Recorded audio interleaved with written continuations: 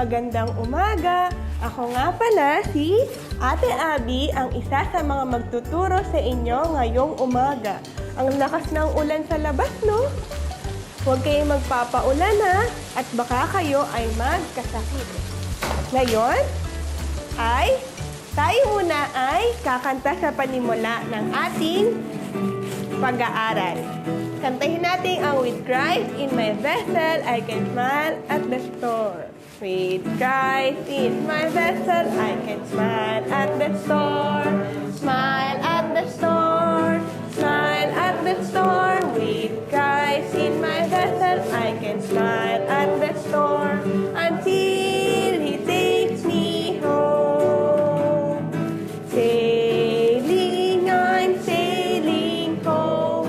Sailing, I'm sailing home. With Christ in my vessel, I can smile at the storm until He takes me home.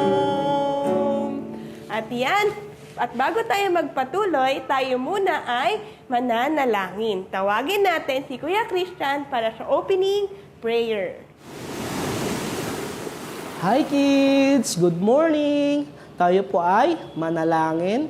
Ilagay yung kamay sa dibdib, iyuko ang ulo, at ipikit ang mata. Panginoon, salamat po sa umagang ito. Salamat po, Panginoon, sa iyong pagmamahal sa amin. Salamat po, Panginoon, sa oras na ito na makapagkinig kami ng iyong salita. Ikaw, Panginoon, magpatawad ng aming mga kasalanan. At Panginoon, i-bless niyo po kami sa araw na ito. In Jesus' name, Amen.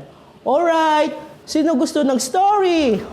Okay, let us welcome our teacher, Ma'am Misha. Magandang umaga mga bata! Ako nga pala, si Teacher Misha, ang magkukwento sa inyo sa araw na ito. Pero bago yan, anong napapansin nyo sa dala ko at sa suot ko? Umbrella. Very good! Ito ay payong at kapote na sinusuot natin kapag umuulan para maiwasan natin na hindi mabasa. At ngayon naman kids, handa na ba kayong makinig ng kwento? Isang araw, ang ating mahal na Panginoon at ang kanyang 12 na disipulo ay naglalakbay. At sila ay nakatingin sa isang malaking lawa. Paano sila makakatawid sa kabilang dako kung merong malaking lawa? Bangka. Tama! Sila ay sasakay ng malaking bangka. At isa-isa silang sumakay. Isa, dalawa, tatlo. Hanggang silang lahat ay makasakay na ng malaking barko at handa na maglayag papunta sa kabilang dako.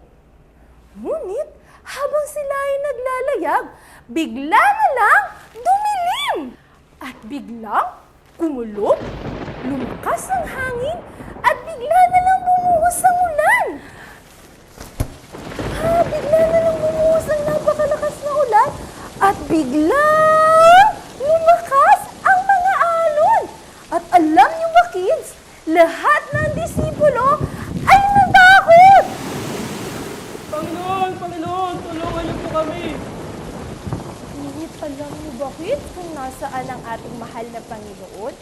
Siya ay mahimbing na natutulog doon sa ilalim na parte ng malaking bangka. At wala siyang pakialam sa malakas na bagyo. Kaya ngayon kids, tulungan niyo akong gisingin ng ating mahal na Panginoon. Isigaw niyo, gising! Gising! Ay! Very good kids! Ngunit, hindi pa rin nagigising ang ating mahal na Panginoon.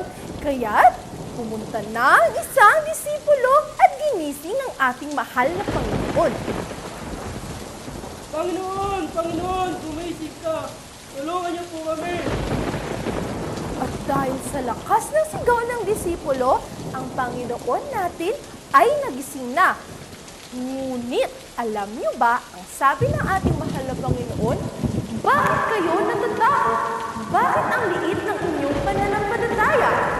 At bigla-bigla, pinatigil ng Panginoon ang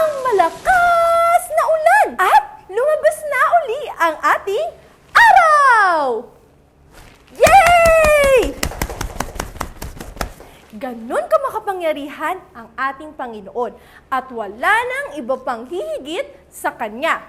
Hindi si Captain Barbell, hindi si Spider-Man, at hindi si Dana! Wala nang iba. Ang Panginoon lang ang pinakamakapangyarihan at kayang magligtas sa atin na kaya niyang patigilin ang napakalakas na bagyo. At yan lamang kids ang ating kwento. Maraming salamat. Paalam! Kids, sabi ng salita ng Diyos sa Luke 1:37, "For with God, nothing shall be impossible." Tandaan natin, mga bata, na walang imposible sa ating Panginoon. Hello ulit mga bata, at para naman sa ating activity ngayon, bibigyan ko kayo ng 2 bangka. Ang gagawin niyo dito sa 2 bangka ay inyong kukulayan gamit ang crayon. Pagkatapos yung kulayan ay ididikit natin ang isang bangka dito sa binagyong dagat. At yung pangalawang bangka naman ay sa kalmadong dagat, katulad ng sa ating kwento kanina. Nagkaroon ng bagyo at pagkatapos nun, nakita natin kung gaano makapangyarihan ng ating Panginoong Jesus at kinalma niya ang dagat. Mamaya, ididikit nyo ang inyong mga kinulayang bangka at ibibigay ko muna to sa inyo, gandahan nyo ang kulay. Okay?